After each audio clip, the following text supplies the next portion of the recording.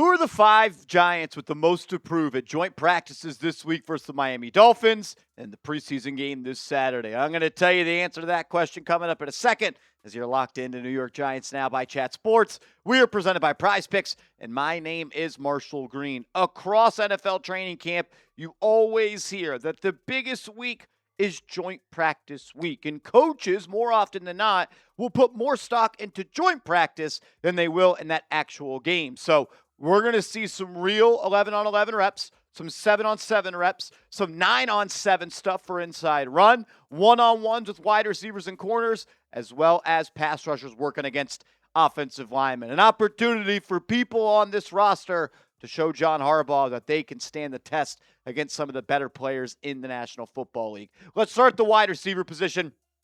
I believe Odell Beckham Jr., of any wide receiver on this roster, has the most to prove this week for the New York Giants. That goes to joint practices against the Miami Dolphins. Can he get open against these guys in one-on-one drills? Is he being a factor in 7-on-7s and 11-on-11s?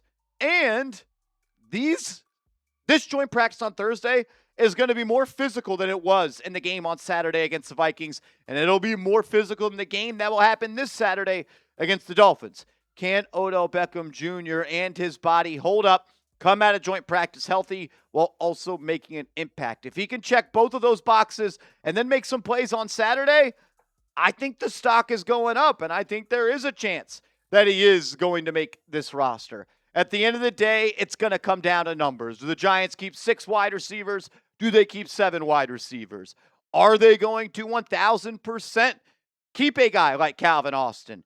Do they want someone like Darnell Mooney to be in a conversation in a camp battle with Odell Beckham? I don't know, but Odell's going to have to beat somebody out at this point. You talk about the receivers that I think 1,000% are going to make this team.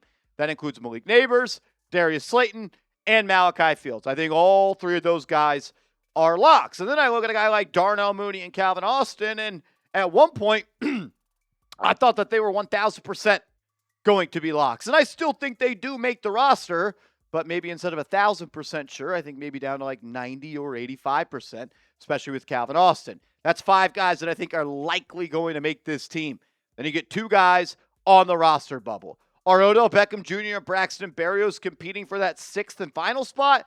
Or are both of them going to make the team if the New York Giants keep 6 or 7 wide receivers? If Odell has a good joint practice, comes out healthy, makes a play or 2 in preseason on Saturday, he might just convince the Giants they have to keep him.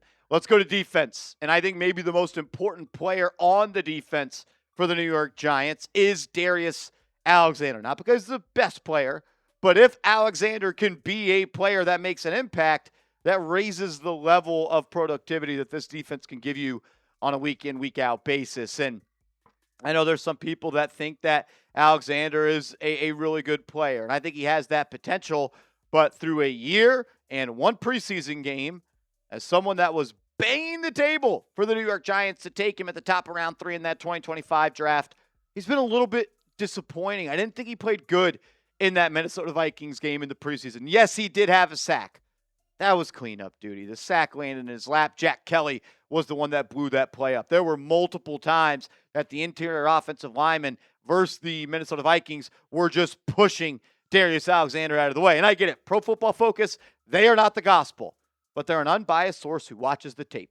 And they graded out Darius Alexander a 43.8 on a scale of 0 really to 100 in his run defense. I did not think he played all that great. And to be honest with you, I want to see what this run defense looks like. I don't know if we'll see DJ Reader or Shelby Harris, but we saw the Minnesota Vikings run the ball down the throat versus the New York Giants on that opening drive.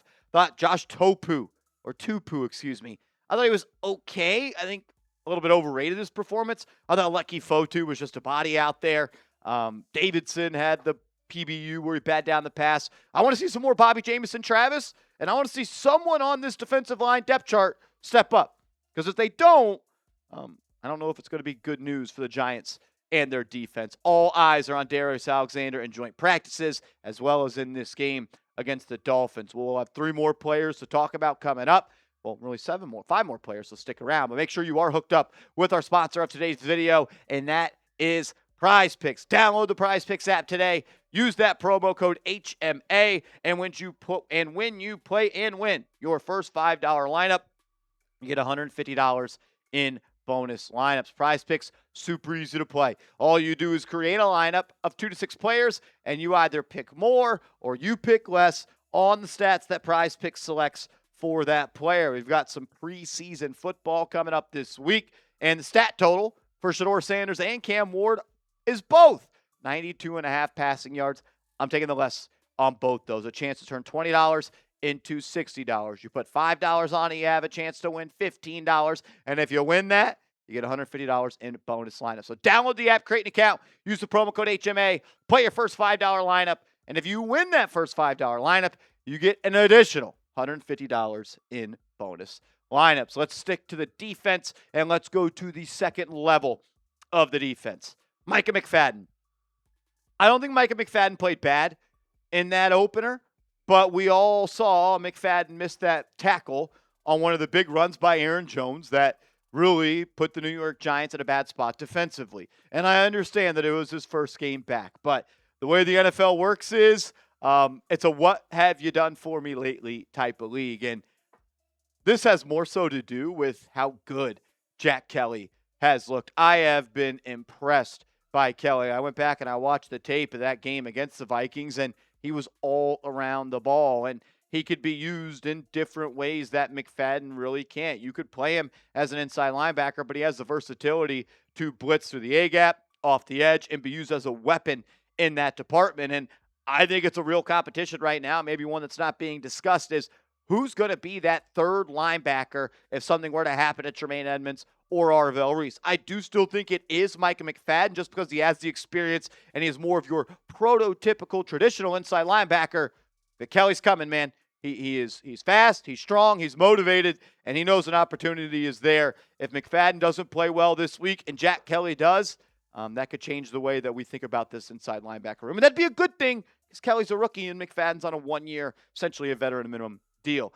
Let's go to a rookie in the secondary. Colton Hood, second-round corner at Tennessee. I don't think he played great versus Minnesota. I don't think he played bad versus Minnesota either. But this is an opportunity for him this week to match up against receivers he has not guarded before in the players in the Miami Dolphins and show John Harbaugh as well as Denard Wilson that he deserves to be a starting corner. All summer long, we have heard that Paulson Adebo has not looked great. And with now Greg Newsome hurt, as well as Drew Phillips, a starting corner spot is up for grabs. And there's a lot of people that cover this team that believe at some point Colton Hood is going to be a starting corner this year. Well, then why can't it be week 1? How about he goes out, has a really good week versus the Dolphins, and makes some plays versus the Dolphins in the game as well. He played essentially that whole first half versus Minnesota. More reps are coming his way. They want to put that on his plate. How about he shows up and he shows out, and we walk out of Miami talking about Colton Hood. He's a preseason week 2 winner, and he might just be a starting corner on this team. Back to the offense. Running back Tyrone Tracy. I think we all know the type of runner that Tracy is. I think we all know the type of weapon that Tyrone Tracy is. John Harbaugh does not. John Harbaugh has said it. I haven't seen a guy like Cam Skattebo play. You know more than me about Skattebo. He said that multiple times to the media. That applies, that same logic, to Tyrone Tracy.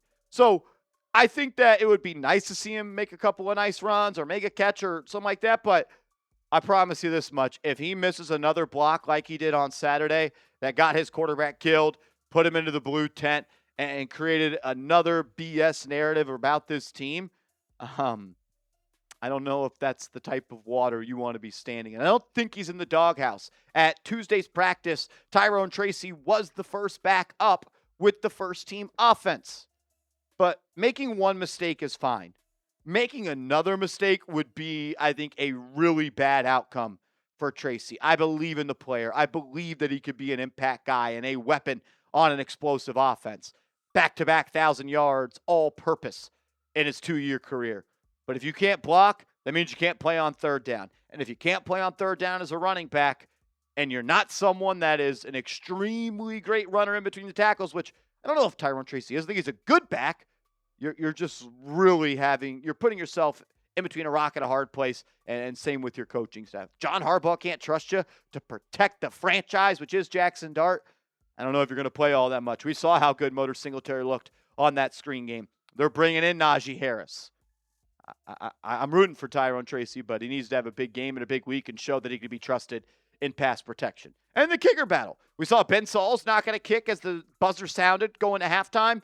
We didn't get to see Dominic Zavada. Maybe Zavada's the guy that gets the first crack at it in this one, or maybe it's Zavada if there is only one field goal attempted. It's going to be him kicking, but every kick matters, and I think the kicks in a game-like situation, which you're going to see recreated in the preseason, matter a little bit more than the ones you're kicking at the Quest Diagnostic Center in New Jersey. So if Ben Sauls comes out there and knocks a couple more in through the uprights, looks confident, it's a boost for him. If Dominic Zavada does the same, that's a boost for him.